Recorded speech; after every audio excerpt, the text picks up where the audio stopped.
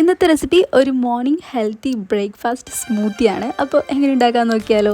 നമ്മുടെ ആദ്യത്തെ സ്മൂത്തിൻ്റെ വീഡിയോ കണ്ടിട്ടില്ലെങ്കിൽ ഒന്ന് ചെക്ക് ചെയ്തിട്ട് വരണം. അതിൽ ഡീറ്റെയിൽ ആയിട്ട് പറയുന്നുണ്ട്. ആദ്യം തന്നെ ഓവർനൈറ്റ് സോക്ക് ചെയ്ത് വെച്ച ഓട്സ് ആണ് ഇടുന്നത്. അതിൻ്റെ ഒപ്പം തന്നെ നമ്മൾ നട്ട്സ് എല്ലാം അതിൽ സോക്ക് ചെയ്യാൻ വെക്കുന്നുണ്ട് കേട്ടോ.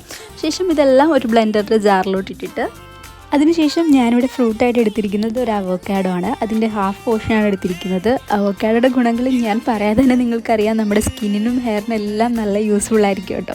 അതിനുശേഷം ഞാനിവിടെ ക്രിംബറിയുടെ ഒരു യോഗോട്ടാണ് എടുത്തിരിക്കുന്നത്. ഒരു 2 ടീസ്പൂണോ 3 ടീസ്പൂണോ നമുക്ക് ആഡ് ചെയ്യാവുന്നതാണ്. അത് കഴിഞ്ഞ് നമുക്ക് കുറച്ച് പീനട്ട് ബട്ടർ ആഡ് ചെയ്യാവുന്നതാണ്.